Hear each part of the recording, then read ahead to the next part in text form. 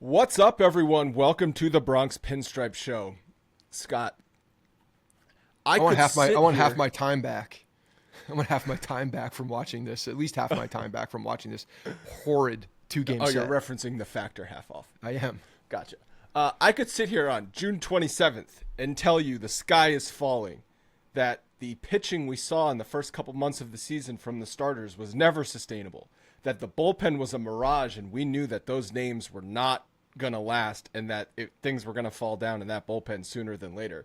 That right now, the lineup of just Soto and Judge is not enough to win games, even though those two guys are two of the best players in baseball. That when you build a roster with injury-prone players and then those players get injured, that is not bad luck. That is poor planning. I could sit here and tell you that the sky is falling and all of that stuff is true, but I'm not going to do that because I said last episode that I'm going to wait and see how they rebound. How'd they rebound for you? Well, it's just 2 games. It's only June 27th. So it's still early. It's just a rough patch they got to get through. It's not even the All-Star break. We're fine. We're fine. All right, so here's the thing. There was some really bad baseball that we just witnessed over the last couple of days here over at Citi Field in Queens. It was terrible pitching. It was bad hitting outside of one man. It was poor execution in the field. There were a lot of things that were just really, really bad. I'm a glass half full guy, but when I see terrible baseball, you got to call out terrible baseball. It was terrible baseball. It was bad. It was bad stuff. They were not executing when they were given gifts by subpar pitchers, and they just couldn't execute. Bouncing into double plays, striking out, not having productive at bats. It was a bad couple games of baseball. Bad timing to have that happen. Bad timing for Garrett Cole to go out there and just basically, put together an exhibition game. That's kind of what it felt like for what he was doing. It was bad. All that said, the Yankees have not been good over their last 5 series now, 5 series. The Yankees are going through a very tough stretch, and it's not good. It's not fun to watch. And of course, when the season is going the way it's going in streaks, like your boy, is what you think of. You look at the success, and you're like, well, maybe that was fake because it's been such a sustained time frame now when we've had a decline in the success. You're like, maybe that wasn't real. I don't know how they did it for as long as they did, but maybe it's not real. And now I'm at a point here where I'm saying, I do think it's real. I think they are good. I don't think the pitching staff is as good as it was. I think that was where that is where we had some success that is certainly not sustainable. I think the offense still can play, assuming health. Can I pause you there for a second? Hold on, let me finish my point. And I do have to see this stretch and what is on the other side of it, because every single good team that's ever played the game of baseball, all of them that have won world championships, all of them that have won pennants, all of them have done anything sustainable and great at the end of the season, have gone through stretches like this. Teams learn from this. Teams get better from this. If you're going to become one of those teams who can actually compete for a title, you get better from this. You improve. And that's what we need to see. And that's what we need to find out, what's on the other side of this slump. So you're right. We could go chicken little sky is falling all right now. And it's not good. It is not good. I'm looking up and I see terrible skies. But I do need to see what's on the other side of that so that we can make some type of assumption. The problem is timing. You don't know when that line starts and stops. Here's the problem.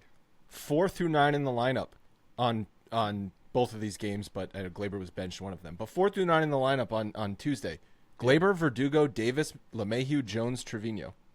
That's AAA. So you say you think the offense can still play.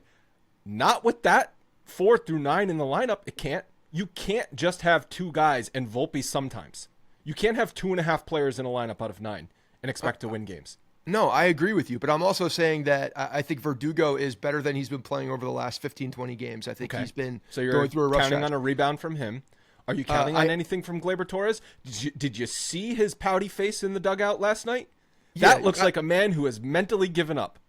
That looks like a man who is extremely frustrated, extremely broken in the sense of he's not able to figure something out. And I have sympathy for a man like that because I do. I know you don't. I know you don't at all. But when I see a guy struggling like that's that, the face of a loser, and I enjoyed watching him pout in the dugout. I see a guy that did get benched. To Boone's credit, he won't say that he got benched, but he did. He got benched, and the player manager will never come out and say, "Yeah, I benched him because he needed a benching." He's going to say he's struggling and needs to take a couple days off to mentally reset. That's a benching. That's exactly what that was. Why do you think he got benched? Because he didn't run the ball out. I think that was the icing on the cake. The icing on the cake was him not running the ball out, but it stems from. It doesn't stem from anything. You should always run a ball out no matter what you're doing on the field.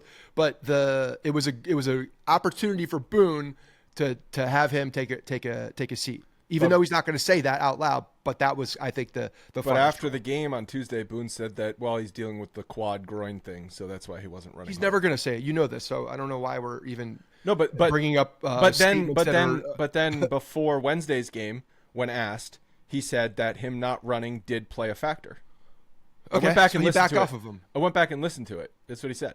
I didn't hear that part. So he obviously backed off of what he was saying. Either way, we know what it was and why it happened. And again, I don't think it's just because of that. I think it's, okay, you didn't run that out.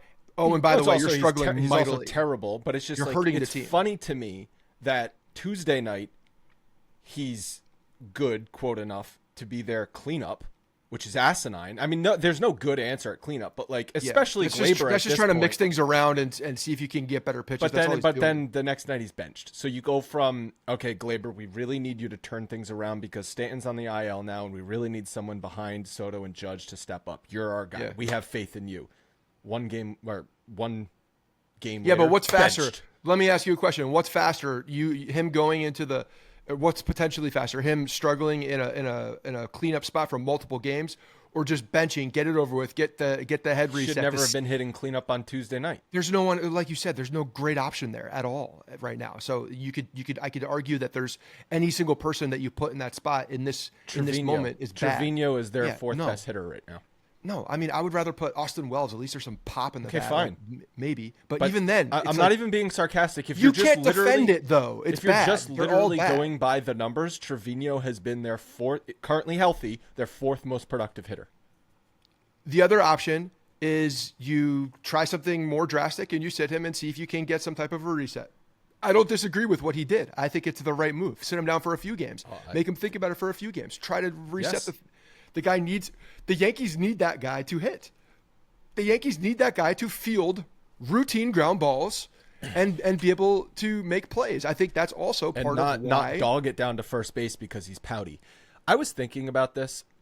The defense was also part of that. Guy had non-competitive at-bats. He had just made the error, which ended up being the difference in the game because Judge hits the grand slam. So if Gleyber doesn't make that error, was it a tie game or a one-run game at that point, if assuming Judge still hits the grand slam. But that's whatever. I was thinking about this. I think Gleyber Torres has been, I guess, sort of the poster child for this recent era of Yankees baseball. And here's why. Gleyber was a highly touted prospect with a lot of hype, and the Yankees were going to put a lot of importance on him. He came up awesome and has declined since his second year in the major leagues. That's something we've seen with a lot of players under the Aaron Boone coaching staff. Gleyber has also been thrust into positions due to injuries of importance, meaning he's been put into the cleanup spot because Giancarlo Stanton is on the IL, or he's been put in the shortstop spot because Didi Gregorius goes down on the IL. And when he's put into what? I just said, whoa, you threw a Didi reference in there. I wasn't expecting that. But my point is, he's put into positions that he's not capable of, and that's not 100% his fault. But he's a shortstop. He came up as a shortstop. It's his fault that he can't play shortstop anymore. But then we found out he's not capable of shortstop. Okay, that's his fault. Okay, whatever it is, he's put into positions he's not capable of handing for reasons that are really due to poor roster construction for Brian Cashman. And so you're sitting there saying, well, we need Gleyber Torres. We need Gleyber Torres to be the guy he was in 2018 and 2019. And guess what? That is long gone. He is not that hitter. That was, first of all, unrealistic, probably because of the juice baseball. But even if you just look at his league numbers comparative to league averages, OPS plus, WRC plus numbers, he was like 30%, 30% better than the league average. He hasn't sniffed that in recent years, and he certainly hasn't sniffed that on a consistent basis. So what we have is a player that was overhyped, over-relied upon, put into positions he's not capable of doing. But the Yankees, because of poor construction around the team, have had to rely on this guy who just can't handle it. And here we are in his last year of team control, and he is just going to continue to swirl the drain, go down. He's going to go off into free agency, sign with the Chicago White Sox, sign with some team that does not matter, hit his 20 home runs for the next 6 years, and go on his merry way. So I don't agree with you in a lot of that, what you just said right there, because I think that when you say overhyped, and maybe, but when he came out and did what he did with whether it was the juice ball or not, it looked real. It looked real, and he put up numbers. Real. I understand that. Hindsight 2020, but you're in that moment. Are you, as the management and the brass of the New York Yankees, not going to believe what you just saw? Are you not? You're like, or are you saying, hell yeah, we just got our next shortstop that has power for a guy that we signed the next year? They had apprehension about him playing shortstop defensively. Even okay, fine, forget it. Throw away the shortstop piece. You have the second baseman for the rest of his career, whatever it is. I thought that too at the time. He declined as a player, and at some point, when you see what you saw, that was part of what I said. He declined as a player. I know, but I don't think it's anybody. It's been I don't think it's where they put players. Him. Been common but it's with not a lot where of they players. put him. You can't expect that when you sign. Like I didn't say it was because of a reason. I said he's the poster child for this era. It's sort of like all of the Yankees' problems are. Gleyber Torres is like a microcosm of all those problems. Out of position playing, over reliance, put into positions because of other injury guys, overhyped. That's what I'm saying. It's like all of these are like present in Gleyber Torres in pieces. But you're going back to roster management with Gleyber Torres, and that's where I don't agree with you, because when you see why is he hitting cleanup last night? Because they have a guy on the roster who's supposed to be their cleanup hitter that, quote, injuries are a part of his game. And then he gets injured, and then we don't have a first baseman, we don't have a left fielder who can go in there, we don't have a first baseman who should be in there, because those guys, guess what? Also underperforming, also injured. That goes back to roster construction. Gleyber Torres should be fine in the cleanup spot. Gleyber Torres should be fine in the cleanup spot. He's not a good hitter. He's not a cleanup hitter. But as you're right, none of these guys are cleanup hitters unless you're actually in there for opening day as deemed the cleanup hitter. There are every single season in every single team from the history of time, they mix around the lineups, people get hurt, and you put in people. Gleyber Torres, hold on, let me finish, should be capable of filling in for spots like that. Capable of filling in for spots. He has declined as a player. I don't think that's because of roster. They moved him to another position to make him feel safe and feel good. And he had a good year last year. It wasn't a great year, but it was a more consistent year, and it's probably closer to what he should be. And he just hasn't had that this year. I don't really blame the Yankees for him. I think they've given him every opportunity. And when he put up the numbers that he did early in his career coming over for the Yankees, if I'm them, we got one. And we didn't, because I remember us talking about it. Well, he's doing well because the Yankees didn't develop him. He was developed in the Cubs system. He was developed in the A's system. He was developed in other places. So we got one. We didn't have to mess him up. We didn't have the opportunity to mess him up. The major league coaching staff until he got to the major leagues. I'm not blaming the Yankees for Gleyber Torres' decline. Maybe you misunderstood my point. I was sort of using him as a microcosm for like all of the different problems that the Yankees organization has faced over the past 6 or 7 years. They've all been present in Gleyber Torres. Okay, that's my point. He's a walking example of all the. He's a walking example of why this team. All the icks for the Yankees. Of why this team is underachieved. Yes, he's a walking example of why this team is underachieved. That was a little Gen Z vocabulary for you. Ick. Yeah. Right, Logan? Well, if you didn't figure that out by now, Gleyber Torres is one of the negatives from the series. This is when spirited debate comes in, is when the Yankees suck. I mean, honestly, though, like, if the team was just on like 115 win pace all year, that's not an interesting podcast. Yeah.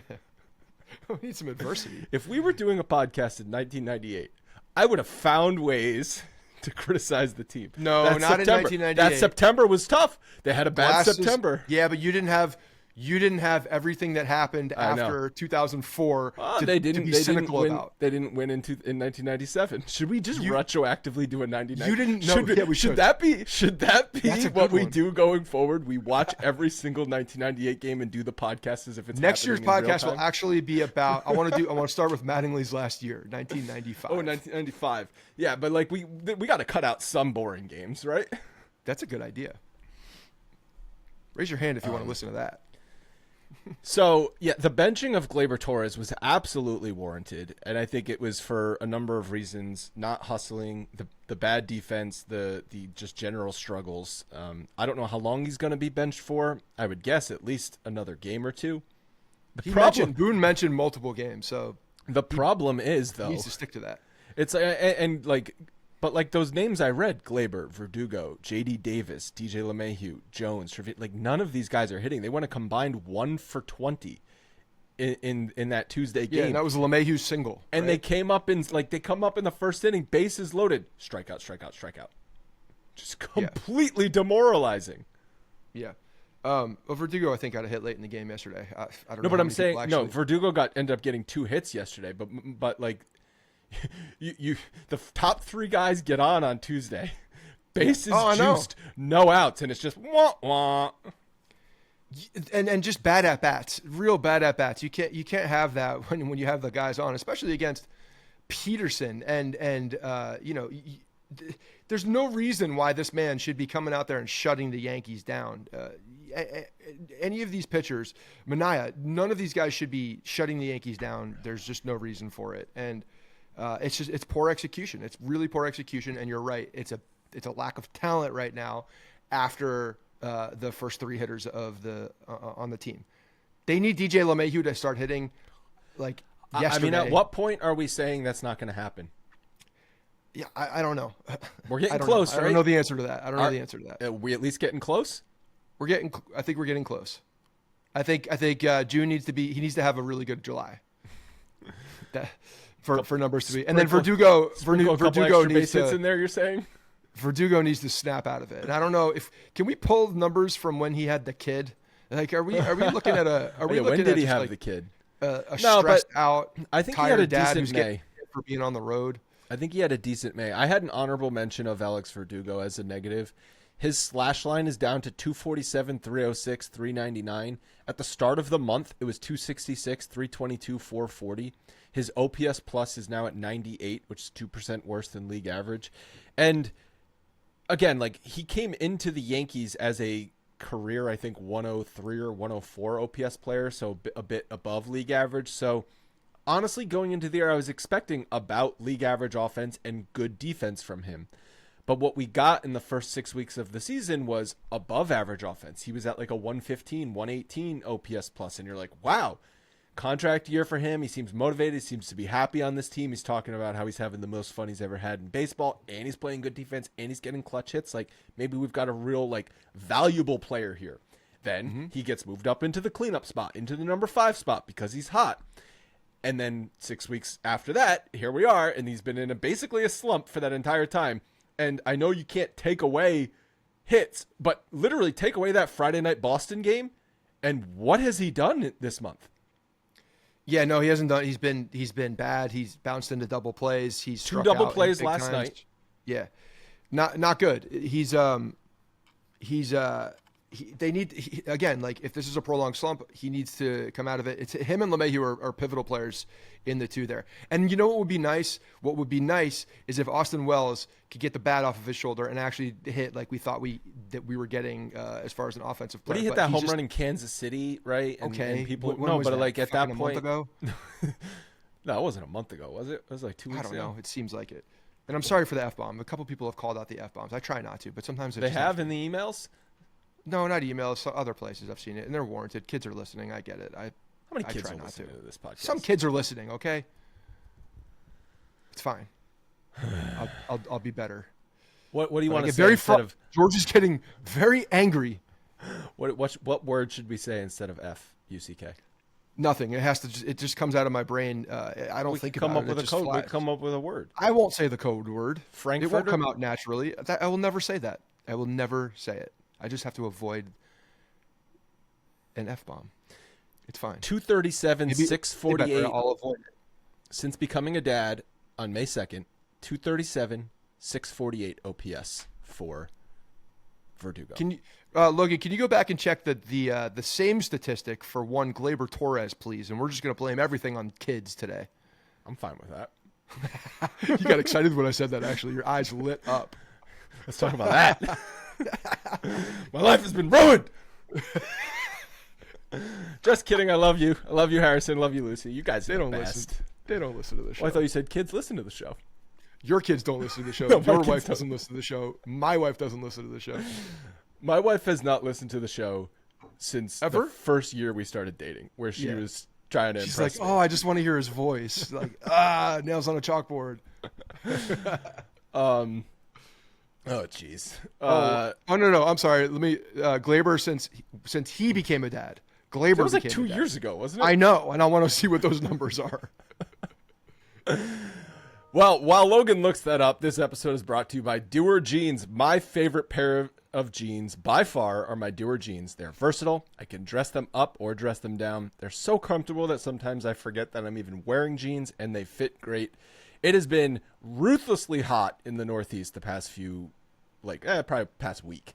Like humid too, but those Doer jeans are breathable and they keep me cool and dry. Doer makes stretch performance denim and lifestyle apparel that's built for doing. They combine comfort and style and quality for all that we do in a day. Plus, they're made with sustainable materials like wood chips, plants, and recycled plastic bottles, and they are designed to last. Wash after wash, they come out looking the same and feeling the same. This is a great brand that I am very happy to support. Doer will also be your favorite pair of jeans. Order yours today. Check out Doer's flagship stores in LA or Denver, or you can shop online at shopdoer.com/Bronx. Our listeners can get 20% off site-wide when you use the exclusive URL shopdoer.com/Bronx, spelled DUER. Thank you very much, Doer.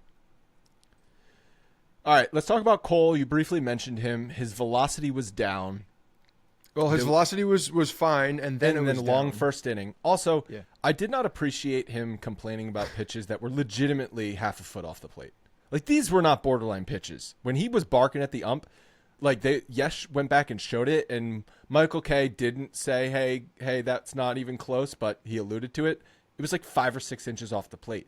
And if Garrett Cole is begging for pitches 5 or 6 inches off the plate, you know he doesn't have it that night. Yeah, no, it's 100%. He did not have it. The control wasn't there. He wasn't sharp.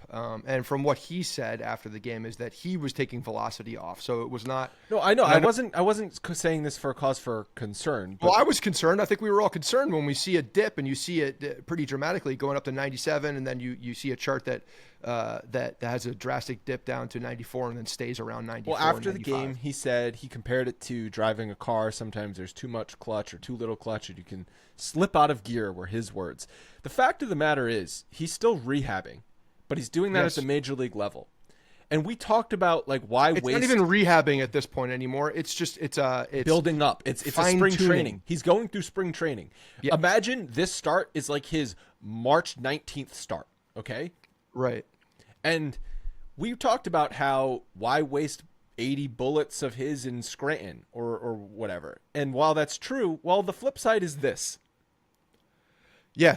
No, guilty is charged with thinking that he's going to just come out and pitch, fully Garrett Cole. But yeah, the reality is that's right. Whether he's rehabbing and building up strength in his arm from injury and also fine tuning his craft, which is done on a yearly basis in spring training for 2 months, he doesn't have that. So, he's doing 2 things at one time, and that's clearly affecting what he's doing within the execution of his pitches. So, I don't know how to judge it, to be honest, at this point.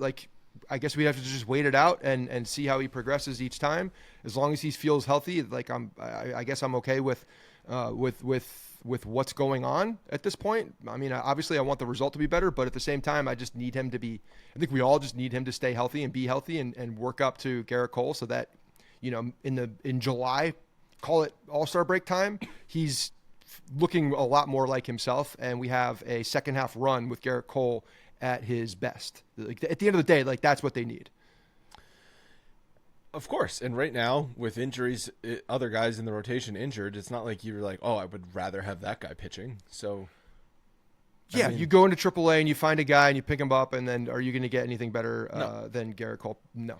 Well, it's hard to say after what we saw the other night, but yeah, but he was effective for the most part. He was effective against Baltimore. Yeah, that's the thing. He was effective for the 62 pitches that he was in, but 72 God pitches forbid. against the Mets though. Ramped up 10 That's good. pitches. Progression. That's good. I'm glad there was progression. And he had some long innings as well. So that was that could have been a different start. You have Garrett Cole throwing 72 pitches and you think that you're probably at 5-6 innings and 1 to 2 runs max, but he obviously was hittable and his fastball command wasn't there. All right, the third negative, Luis Gil, another bad start. His last 4 games, 16 and a third innings pitched, 21 hits. That's the complete opposite of what we saw in May. He's allowing a 304 batting average in those 4 starts versus a 104 batting average in May. Also 11 walks, 14 strikeouts, 8.82 ERA. He, last night against the Mets, had absolutely no command. He had no idea where the ball was going. And he also gave up some extra base hits and 3 runs on his final line before he got pulled. But so it wasn't quite as bad as the Baltimore start where he gave up like 8 runs in an inning and 2/3 or whatever it was. But I mean, last 4 games, 16 innings, 21 hits, 8.82 ERA. I'm not saying like, oh, he sucks. He's turning back into a pumpkin. Like, that's not what I'm saying. It's just like there was a dividing line where he was the best pitcher in baseball, and now he's the worst pitcher in baseball. So what's going on?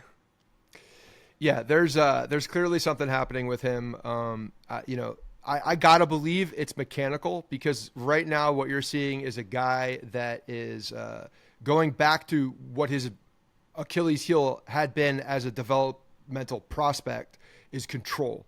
If he's not able to jump out in front of batters and command that strike zone early in the count, then his pitches obviously become less effective. That's for every pitcher ever. But when you have a dominant fastball like Luis Gil with 2 secondary pitches that you're utilizing, a changeup that has really developed in May as a very good pitch and a very good secondary pitch. I love the high changeup for a strikeout, and he was getting that because Do you like the high changeup in the middle of a guy's back? I don't. Well, yeah, it's okay depending on when it happens. But if it's completely due to a mental breakdown of what's going on, then that's not good.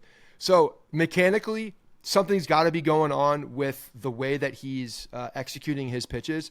And when you have that, when you're not able to come out ahead in the count and jump out with that fastball, pepper the strike zone early, you're going to have guys that are laying off the strike, the fastball, in the middle of the count. Whereas before in May, when you see a guy that's controlling the strike zone, dictating the at bat a lot more to what he needs to do and what he wants to do, you're going to have guys who will swing the bat at strikes that are not, fastballs that are not over the plate. And that was when he was free and easy. He didn't have to locate it directly over the plate every single time. He was able to just, pull back and throw that ball because he was in control. He had the batters on their front foot. He had them, not knowing what was coming next, not knowing where the fastball is going to be. And he was effectively wild for a little bit. Cone talked about this a little bit last night. He was mentioning Book is out. They're letting Luis Gil pitch now and being patient with him and making him throw strikes. And now he's got to make that next tweak. And whether it's mechanical or not, he needs to be able to throw that ball over the strike zone and not in the center of the plate early in the count. And if he can do that and he can get back to the opportunities where he's dictating the at bat much more by his fastball, changeup, and slider combination, then obviously we will see a lot more success. But right now he's not doing that. He's not executing. So a few things about Gil. Last night he threw his fastball a season low 35% of the time. His season average so far has been 53% of the time. On the hits he gave up on his fastball, 2 went for doubles and the other one went for a home run. So it's not just that he wasn't throwing his fastball as much. It's not that he just wasn't locating. The hits he gave up are extra base hits. After the game, Boone said that he didn't like the shape. He used the word shape of Gil's fastball. to me, that's like another word for command of the fastball. Like, how do you take that? I think that's mechanical. I was noticing a couple things. I didn't see, I didn't dive too deep into this, but just like using my eyes a couple times, I noticed that it looked like he was almost like falling off towards first base a little bit more when he was finishing his pitch. And yeah, I think mechanically he looks a little off with the fastball, and that will certainly affect the shape of it. You know, one thing that we've seen quite a bit with Matt Blake and the pitchers when they've done well, we saw this with Clark Schmidt. We've seen it with a couple other guys that have had really with Weaver as well. You know, them setting really high and close to the chest has almost allowed them to. He has less movement. It's less movement, but it also allows them to break their hands more easily. Allows them to keep their balance more upright and you know, be able to drive towards the plate a little bit more. For me, my eye test is just looking like heel is falling off a little bit more and not driving strong towards home plate. So I do think there's something mechanical in there, and that's affecting his fastball command, which would affect the shape. Yeah. The other thing is, are his mechanics breaking down because he's getting fatigued? Like we talked Possible. about innings. This came up in Boone's post-game conference too, where one of the reporters asked him, like, is he getting tired? Like he has, and Boone's like, we're not there yet, but maybe, because the dude hasn't pitched in the majors seriously like this in his entire life. And this is one of those. There's no innings limit going into the season, but that's great until the guy runs out of gas in June because he's pitched more than he ever has. Yeah, but at the same time, like innings limits aren't necessarily going to come into play at this point in the season. No, but if fatigue, like, does he need to be shut down for a few weeks to get rest and regain mechanics? I don't know. Like, it wouldn't shock me at this point. Cone was talking about that exact thing. Like, does he at some point, is he relegated to the bullpen? I don't think that's the answer. I've stood firm with that because he doesn't have the control. Yeah, but the problem is, like, with Clark Schmidt out and Cody Petit down, like, okay, you shut Luis Heel down. What are you doing? Who's your fifth starter? Well, what's his face? That's coming up and coming up healthy now. I forget his name right now. I gotta look it up. But the guy who's he's rehabbing. We got Efros who's rehabbing, and then the guy that they got. Yeah, but he was a starter for a while, wasn't he? Efros? Not Efros. Boo Baker. Thank you. Oh, that's who I'm talking about. He has that's a fill-in. That's what we're looking at. No, but like that what I mean by fill-in is like that's a spot start guy. No, that's a guy that had some success as a starter, was injured, came back and had been rehabbing for a while, didn't have success, and has the ability. I think that they believe he has the ability to be an effective, number 5 guy in there. So we'll see. I'm not speculating too much, and I have never seen him pitch, so I don't know. But it's a real concern. It's a real concern with what the effort is, and you don't know until it's in the moment. And I think it's hard to diagnose if a guy is getting fatigued because you don't really see it on the velocity. That's not where you see it. You see it in the command. You see it in the breakdown of mechanics. You see it, in multiple areas that you really got to be looking closely for and identify where the root cause of why the actual result is happening, and that's not always the easiest thing to identify. It's just crappy, I guess. I don't have a good word for it. That you go from being historically good and then a blink of an eye, awful. Like not even giving your team a chance to win. It's like the biggest how problem does it for flip me, like that? How does that switch flip like that so quickly? That lends me more to think has to do with the body. Yeah. It has to do with the way that he's executing. And like you said, if fatigue could absolutely be part of why failed mechanics are happening. And if you feel good, you play good, results are good and if you're not feeling at your best, then you have to, compensate for certain things that don't feel 100%. And I mean, and that's the thing, 100%, what is that in a 162 game season? It almost doesn't exist outside of April, for any of these guys. So you learn to manage it and you learn to deal with what that feels like as well. And maybe that's something that he's going through now too. He's got to learn how to pitch when he doesn't feel his best, when he's feeling a little, tired or doesn't have the same oomph in the fastball or the same strength in the shoulder. I don't know. I'm sure these guys are all going through that and have to learn how to pitch at different points of the season within their career. And this is the first time he's doing that. So fatigue, or also just being a veteran pitcher and knowing how to feel and what to do and how to go through those motions is also something that he's figuring out on the fly. Now that the Yankees are struggling a bit, I love to watch Boone's post-game press conferences. It's just so enjoyable. He didn't really say anything annoying last night, but I still found something to nitpick, and that's that his hat is never on straight. It's always a little bit crooked. Like if you're watching on YouTube right now, it's always just like this. I dropped a picture in our notes here. I can never say a damn thing about that because my hat is always not straight. But like, I can't figure out, does he just wear it crooked? Is his head misshaped? Is it because his nose is kind of crooked that it looks like the rest of his face is crooked? Can't quite put my finger on it, but I know it annoys me. Well, I can tell you one thing. You want me to tell you why it happened to me? So when I was in college, my hat was my drunk meter. Everybody, all my friends knew how drunk I was for how my hat would turn through the night. And at some point, complete sideways. It would be like this. You're like, oh, he's hammered. Like, you limit your expectations for what you're going to get out of that kid. So you're saying Boone's like 2 drinks deep at this point? That's possible. I'm not saying it's that's what's happening. I'm saying that was if this were like the 1950s up until probably the 1980s, managers were probably slamming beers during the game. You don't think Ron Washington? You don't think Ron Washington was slamming some other things up his nostrils. Ron Washington is having a good time. He was having some booger sugar during the game. He's still Anaheim. Are you kidding me? He's out there having a great time. He's still like 106 years old. It doesn't matter. He's like the coolest guy in baseball still. Soto's recent numbers are batting average wise not great. Last 7 days, 167, but a 423 on base. Last 14 days, 211 batting average, 444 on base. He's still getting his walks. To me, when a guy is still walking, that means he's still seeing the ball well and just the hits aren't coming. Like, I'm not in the slightest worried about Juan Soto. Like, if his slumps, he's still going to get on base 42% of the time. Like, can we all be so lucky?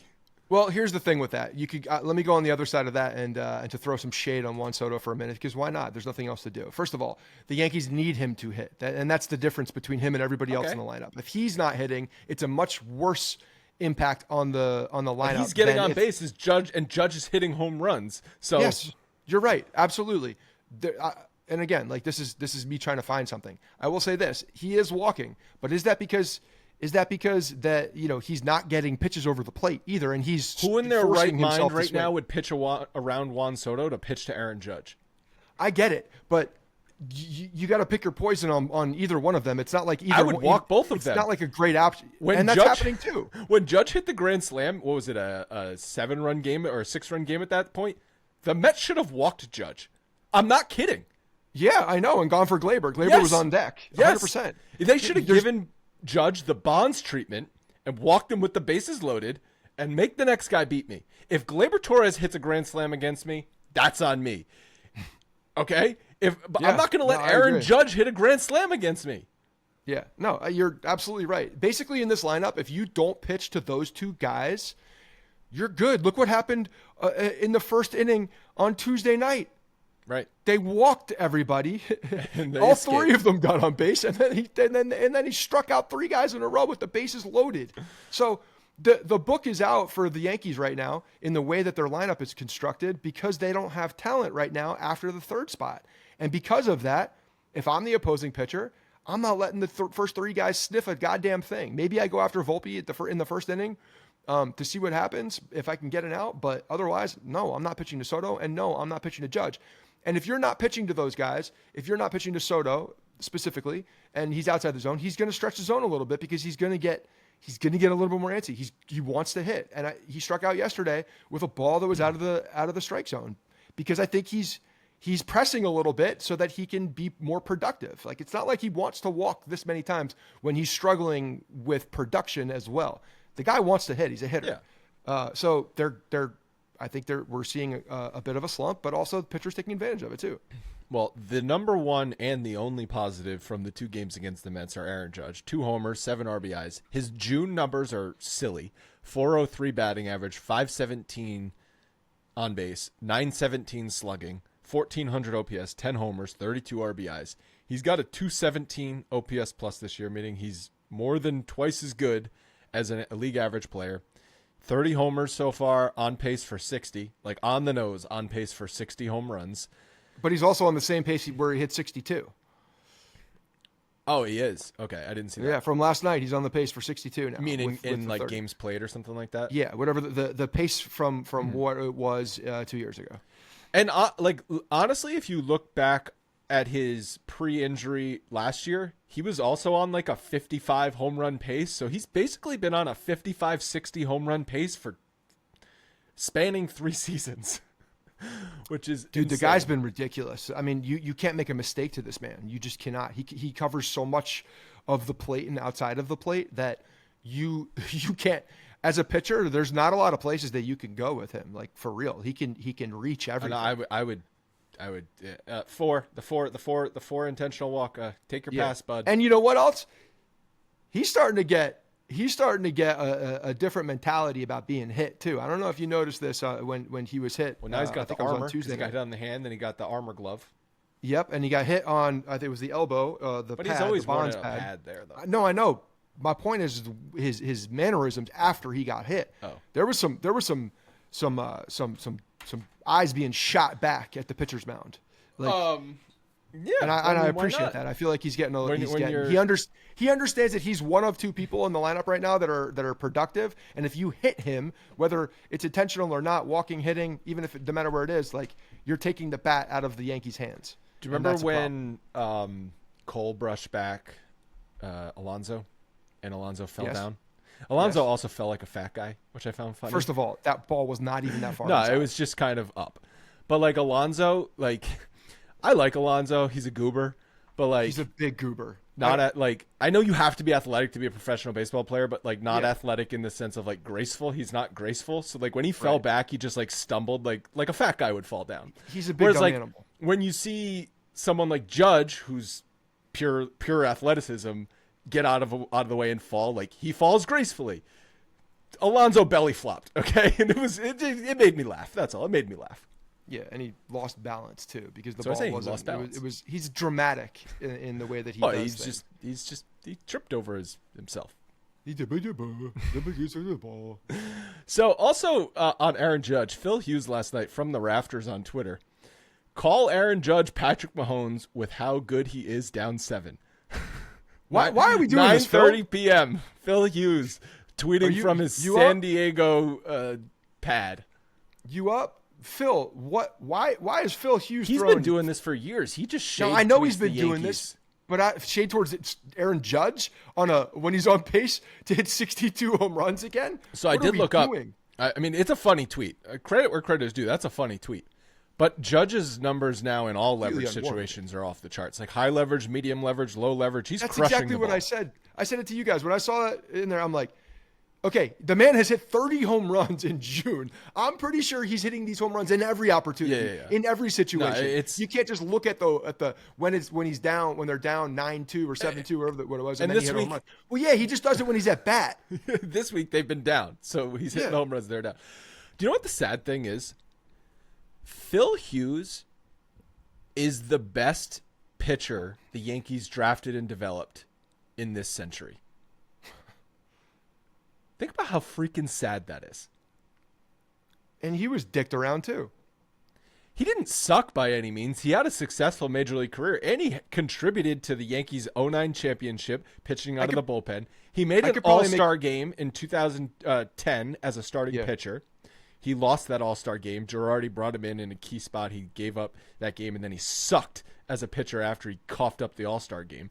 Not saying that's why or not why. I could make an argument that Ian Kennedy is the best.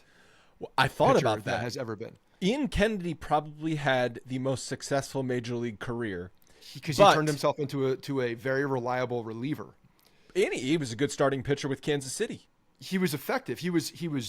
In Arizona, he was never great, but he was very good. In Arizona, But I meant that the Yankees at least got contributions from. Phil Hughes was the best pitcher they drafted, developed, and got contributions from. And listen, I'm not saying everyone you draft has to turn into a Hall of Famer, but over a 24-year span, to have one, it's bad. Yeah. I mean, Severino would have been the other name. They didn't draft and develop him. He was an international. That's a loophole. I know it's a loophole. But come on, out of they developed him. You don't say the word draft. Fine. I mean, They've developed 2 starting pitchers in 24 years, and those 2 guys were big disappointments at the end of the day for one reason or another. Yeah. All right. Well, let's see what happens with Luis Heel. Hopefully. What about Montgomery? Jordan Montgomery too. Yeah. Good point. Okay, so he's the 3rd guy that they traded away. So now I need to question your research. I think it was just who do you think contributed more to the Yankees, Phil Hughes or Jordan Montgomery? The answer is Phil Hughes. It's you can't say that because you're talking about the team around them as well in the moment. Yes, I understand what you're saying, but No. Jordan Montgomery and Jordan Montgomery was a starting pitcher the entire time. Phil Hughes was a starting pitcher, then he was a relief pitcher, then he was dicked around. So you're taking that as he was a failed starter that went into the bullpen. They pulled him out of the rotation in 2009 because the playoffs, the way they were lined up, for some reason, Major League Baseball gave an extra off day in the 7-game series of the 2009 playoff run, so they were allowed to go with 3 starters. They would have had to go with 4 starters. It would have been Phil Hughes in 2009. Okay, but the reason he went into the bullpen long term as well was for a reason. He didn't go in the bullpen long term with the Yankees. He went back to the rotation. He was a starter until he was a free agent. Then he signed in Minnesota. How long was he in the bullpen? Just 2009 playoffs. That was it? Yes. I thought for sure it was the next season too. Okay, no, I'm wrong. he was a starter in 2010, and he was an all-star as a starter. I think he won 18 games.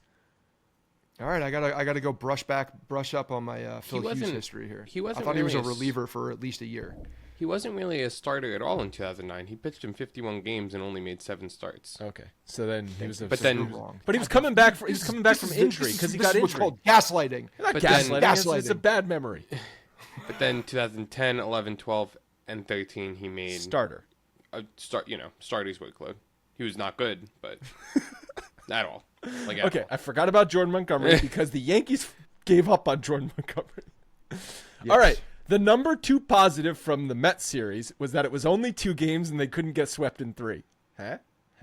Yeah. We've. The number 3 positive is that Trevino and the Yankees only allowed 2 stolen bases. They were back to back, and you could see the look on his face. 2. Like, oh shit! Here only it comes 2. Again. Yeah, because they're up over 5 runs, so you're not stealing as many bases in those moments. All right, we've got some mailbag questions to get to, but first I'm very excited to tell you about this new product from Timeline Nutrition called MitoPure. I've kind of just accepted that feeling old and tired is unavoidable because I'm burnt out with work, the 2 kids that we already complained about, and just general aging. But Timeline Nutrition says no, you should not accept feeling old and tired. Timeline is a Swiss-based life science company and a global leader in urolithin A research. If you're wondering what that is, you're not alone. Urolithin A is a powerful postbiotic that is nearly impossible to get from your regular diet alone. MitoPure is clinically shown to give our cellular energy generators new power by triggering the body's natural process for removing and rebuilding damaged mitochondria. If you want to put this in layman's terms, think of it like Pac-Man running through your cells, running through your blood, chopping up the cells, chopping up the damaged mitochondria that makes you feel old and tired, recycling it into new and healthy ones. I started taking this product a few days ago, and I'm already feeling the effects, feeling more energetic. MitoPure is the #1 doctor-recommended urolithin A supplement that is NSF and clean label certified. If you want to give this a try for yourself, Timeline is offering 10% off right now to our listeners of their first order of MitoPure. Go to timeline.com/Bronx. Once again, timeline.com/Bronx to check out this great deal. Playing the Blue Jays are not good. Last place. They rank 22nd in ERA, 17th in offense WRC+. They've got a -46 run differential. But all that goes out the window with how the Yankees are playing right now. All of that goes out the window. This is the opportunity for them to rebound. They have to take care of this. The AL East statistics, as we've discussed in the past, and I know we got a mailbag about that. This is where the rubber meets the road. The Yankees got to actually beat the AL East. They gotta pull it around right now for Toronto and fix this shit. Yeah, pitching is going to line up. The Yankees are going to throw Rodon, Stroman, Cortez, and Cole. And they're going to face Berrios, Kikuchi, Bassett, and Gosman. Kikuchi, last time he faced them, was pretty dominant against the Yankees. Rodon needs to step the F up after his couple bad starts. 100%. He needs to buckle up and actually pitch well and get deep into a game. The bullpen needs time. Purely, even if it's like, waiting out to get a guy like Scott Efros, who was just moved up to AAA rehab. So he's getting much closer. I have no idea what we're getting from him, to be honest, but at least it's another arm that was highly touted at one point. So yes, Carlos Rodon and the rest of the staff, they at this point, they need to get deeper into games because the bullpen is struggling mightily. And unfortunately, the starters are at the same time. Yeah, and just quickly check in on the AL East. So the Yankees are still a game up despite their struggles because Baltimore is on a 5-game losing streak. They got swept by Houston, right? Most recently, they got swept by Houston, who's don't look now. Houston's on a playoff push and most likely going to make it. But we do have some mailbag questions. Scott, you have to run. So you want to save these for next episode, or you want me to tackle them? Yeah, get them with Logan. There's one in there that real quick we can hit. I think it was AP who was asking about a. So AP was talking about the very traumatic situation that you went through with your family in the mountains. If you don't know what we're talking about, go back a few episodes and listen to that. But he says, as you were describing the incident, I'm thinking in my head this would be a great survival genre movie. So if they were to remake or make a movie based on your experience, who would you choose to be the perfect actor to represent you? Yeah, first it would be a quick movie, so it would have to be one of those shorts, maybe in black and white. I don't know, but what I actually don't. I don't hate this comp. People, it was when I had the beard. Whenever I had the beard, it never came before I had the beard. Only with the beard. I've never heard it since I've kind of gotten rid of the beard as well.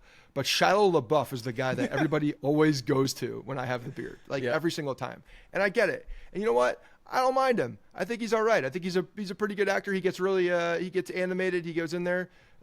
So I could see him doing it. But at the same time, it wouldn't fit. My favorite guy out there is Vince Vaughn, but it wouldn't make a lot of sense. It would be tough for Vince Vaughn to play that character. We saw him in True Detective in a serious role. Not great. I want to know who plays the kid that picks you up, wants to take you to a party.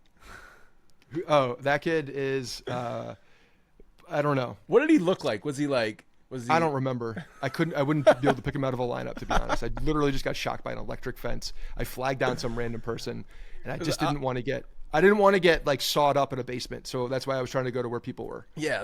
Is he going to be just silly? Is he going to be creepy? No, like a little creepy looking, to be creepy, honest. Like, okay. No offense to the kid if you listen, if he's a Yankees fan. Yeah. What was it? There were weird scratches on his arm that I saw. There was a couple weird things with him. That's not good. Like so weird it wouldn't have been a fun party. I don't know what the party would have been like, but it was just no, I'm not trying to throw shade. The kid helped us out big time. Well, but I was being cautious in that moment. I would have taken things into my hands, which would have been. I feel like as you're getting a bit older, you're starting to get a little Robert De Niro look. So what if we go Robert De Niro, but that CGI to de-age him? Fuck that. Like in The Gentleman, no, like in the worst CGI. The Irishman. Not The Gentleman, The Irishman. Thank you. Just terrible CGI. One of the worst CGI things I've ever seen. What's the budget on this movie? Do we have a big fighting. budget? Do we have the budget for Scorsese to direct it and CGI it? It's only a 30-minute short, so yeah. You could stretch this into a 90-minute movie. I know you got to run, so bye. I do. All right. We're going to finish up these mailbag questions. All right, the first one is from Lee Jones. He says, to contribute to the beer topic trend, if Andrew was impressed by the price of a beer at the Spurs game he attended, then he should know that a 19-ounce beer at Liverpool Stadium is only $4.30. I'm assuming that's in pounds. But also, have you ever heard of a 19-ounce beverage? No. Yeah, what's up with that? Was there like a weird... Does the UK not do ounces, and that's really like some other metric that just converts to ounces or something like that? I'm sure they do some sort of like liter, Yeah. like something different. And it just but comes out to be 19 ounces. Yeah, I've never heard of 19 ounces. Obviously, 16 ounces, that's a pint. 20-ounce beer, 22-ounce. I don't know, but anyway. To Scott's point about Ben Rice getting an extended look at first with next season's budget in mind, do you think the same will be afforded to Peraza? And I don't just mean as a platoon utility piece. I'm talking a prolonged period in the starting team, preferably the same spot to see if he can finally adjust to the major league level. Then he sent a follow-up email. I've just seen Peraza's stats from the minors this season. Maybe I should have checked those before posting my question, because in 36 games for Peraza, 182 average, 325 on base, 280 slugging, 605 OPS, which is not very good. yeah, they kind of messed up Peraza. I mean, he was like they could have gotten anything for him, but he seems to be one of those prospects that they just tanked his value. I mean, I think they're going to give him a shot next year because they're going to have to fill an infield, I mean, yeah, but is it going to be a starting spot or is it going to be a backup spot? They might not have a choice but to do a starting spot because they're going to need a first baseman, maybe, right? A second baseman, a third baseman, depending on DJ. Like they need all those three positions now. They need those positions right now. Well, maybe they should give him. I mean, he's just been bad. If he was good, he would be up here and just, starting every day, I think.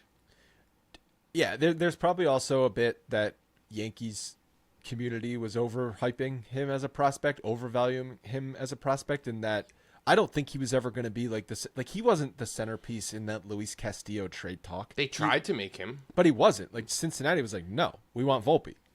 Well, yeah, because Volpe was a different level prospect. But, I mean, even when, like, Peraza was raking, I mean, do you remember when he came up in 2022 and played really well? I mean, started a playoff game. Remember he started the ALCS like game 4? Or game I think 3? It was the game we were at. Game 3?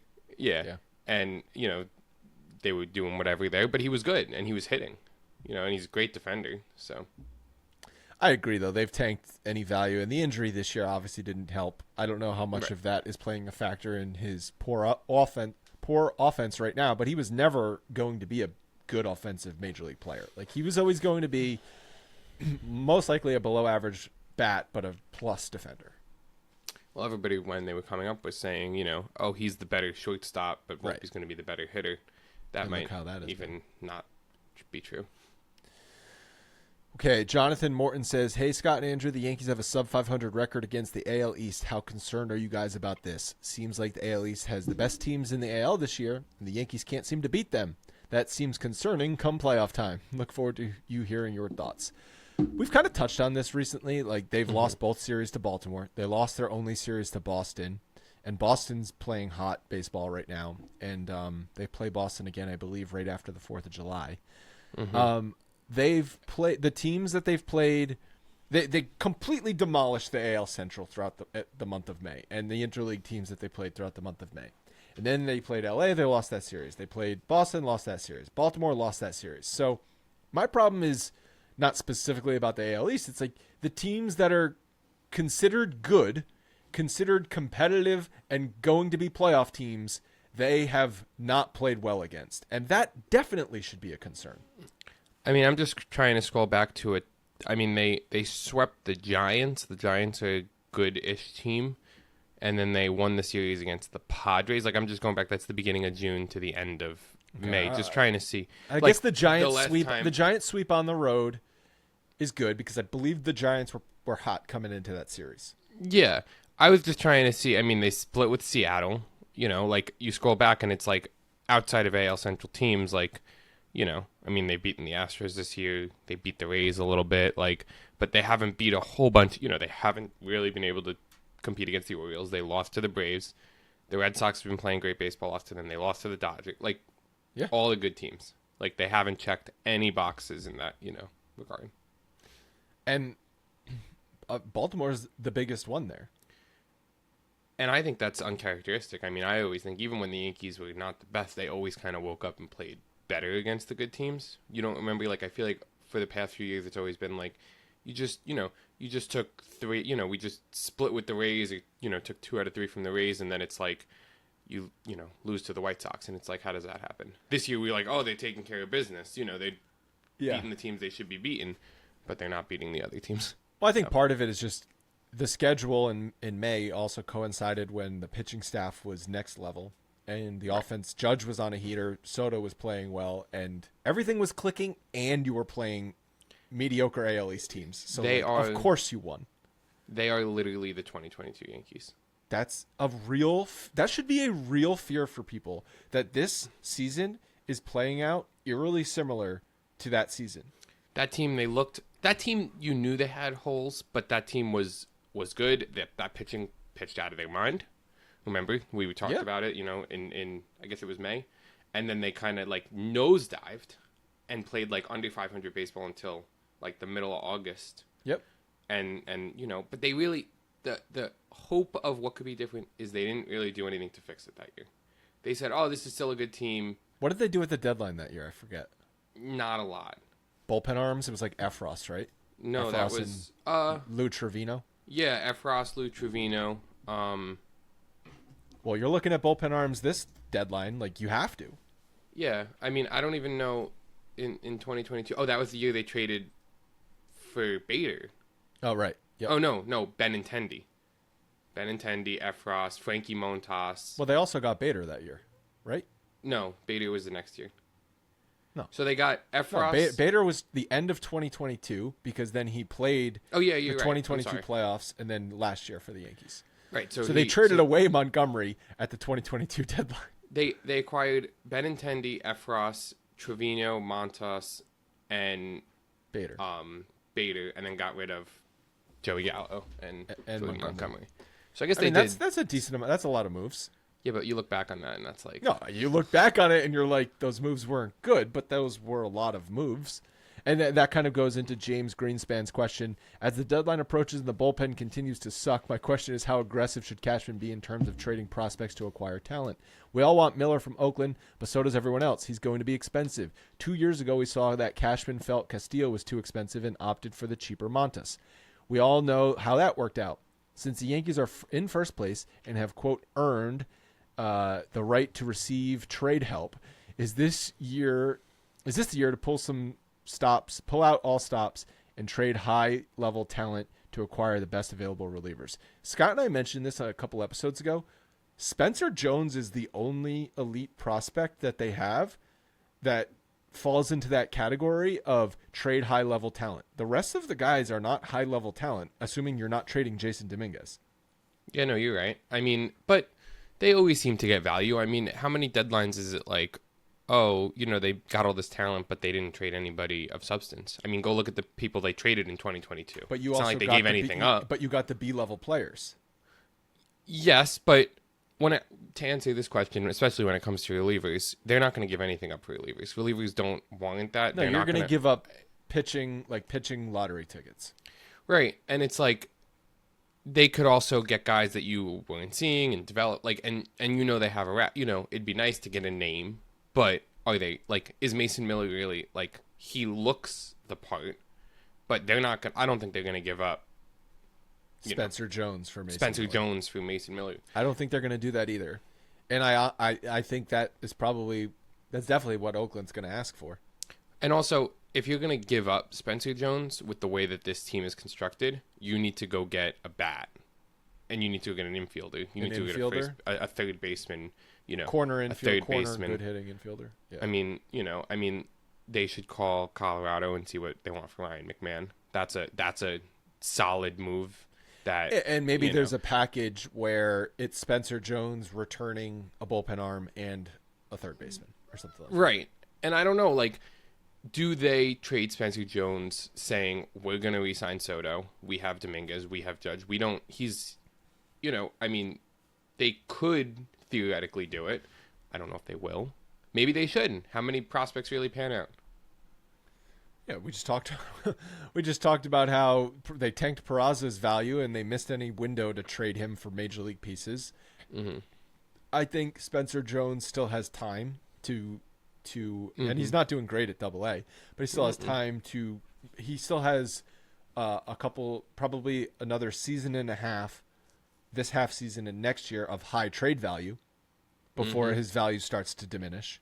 So you don't have to trade him now, but if you think you can get the pieces to help you win a championship this year, it might be worth it if you're going to sign Soto in the offseason. Well, the problem is they have too many holes that need to be filled because they need a lot of bullpen. They need probably a first and a third baseman, right? Yep. Assuming that you could figure out second base between Glaber, DJ. Like, Yeah. you know, they need, do they need a starting pitcher?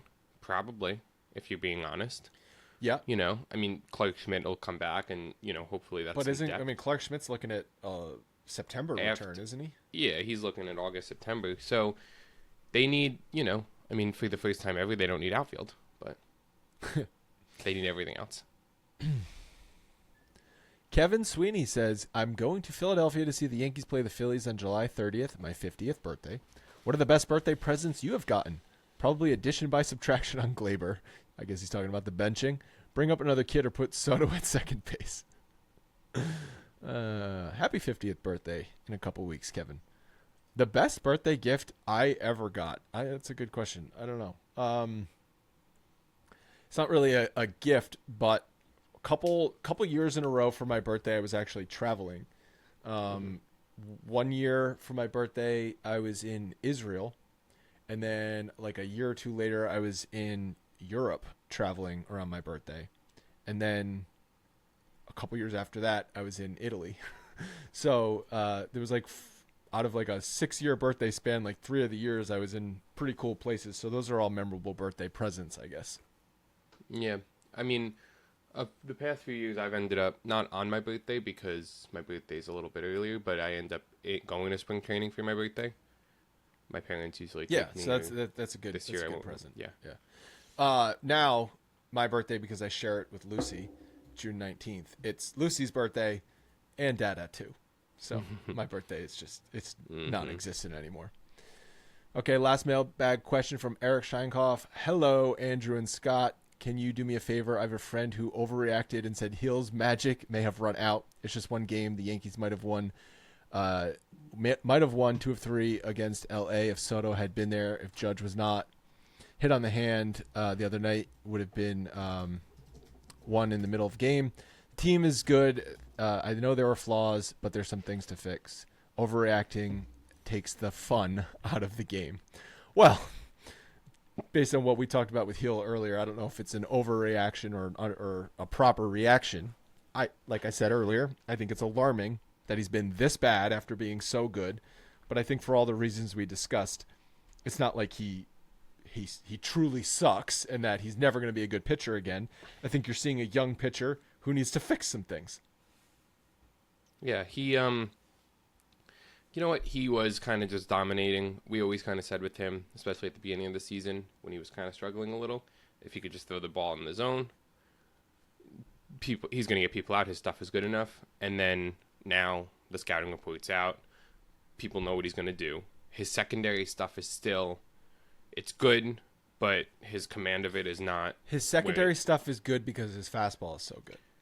Right. His fastball's as good as anybody's. But even the best fastball by itself, when people have seen it, isn't enough. And that's kind of what I think we're seeing. I mean, you know, we talked about earlier yesterday, he threw a fastball the least amount of time. It was getting crushed. Like, they went 4-3-7 against it. Like, early in the, you know, his early starts, he was just dotting fastballs, and he was getting people out with just the fastball. Yep. And now he can't rely on the fastball as much. He's getting behind in the count.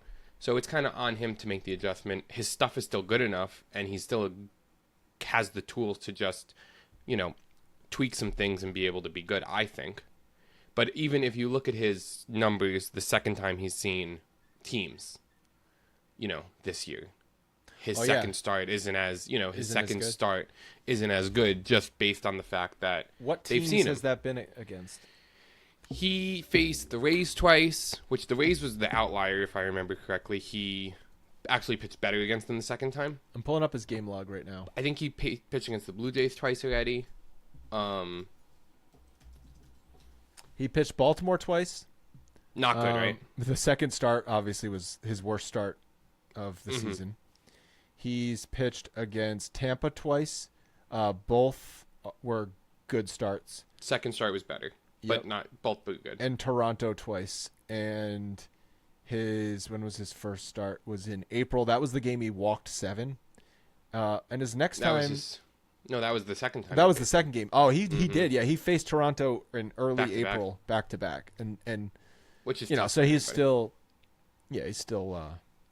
ramping up in the season there. So it's really only been. I mean, the same as the Baltimore one, but like, are you saying he gave up the 7 runs in an inning in an inning in third because they saw him already? Like, I mean, that's. I'm not saying that, but it has some sort of an impact. They just know, like. Yeah, he's had 4. We talked earlier. He's had 4 bad starts, but let's also look at the numbers. So he went 5 2/3, 3 runs against the Dodgers. Was a double away from being 6 innings, 1 run. You take that if you were like, oh, playoff game, 5 2/3 against the Dodgers. You're like, yep, we'll take that, right? Boston, he was 5 innings, 1 run, danced around trouble. So that's like there was a lot of base runners in that game, and then he's had a lot of base runners, 4 walks, and then you have the 2 blowups, but like.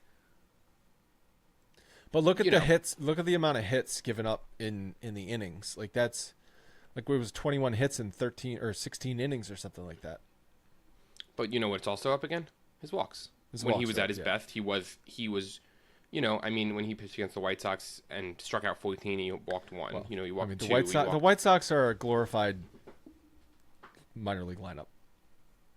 Yeah, but I mean, in May he walked 4 against the Astros. But he didn't walk more than 2 in any other start. Listen, I don't know that it is that the magic has run out. I think that he needs to make adjustments. I think he's capable, but it's coming at a horrible time. And with Cole still ramping up, Rodon being bad over his past few starts, and now Heel being bad as well, like it's tough. It's 3 out of your 5 guys in the rotation that are not reliable starting pitchers right now for one reason or another. All right, that is going to wrap up today's show. Thanks to everyone who submitted mailbag questions. We're going to be back at you again after the Blue Jays series. Also, quick heads up for the week of the 4th. We're not, because the 4th is on a Thursday and that's like the end of the Reds series, we're not going to be recording a new episode after the Reds series. We're going to be doing a throwback history episode, one of my favorites, about Lou Gehrig's Luckiest Man speech. It's a quick one, so if you have a few minutes on the 4th of July or the 5th of July, give that a listen. But Scott is also going to be traveling a bit during that time, so I'm going to have a couple of fill-in guest hosts. So we're going to be recording after the Blue Jays series, then there's going to be a throwback history episode, and then we're going to be back at you again after the Red Sox series. I believe that is. But again, thank you for listening to this one, and we'll talk to you in a few days.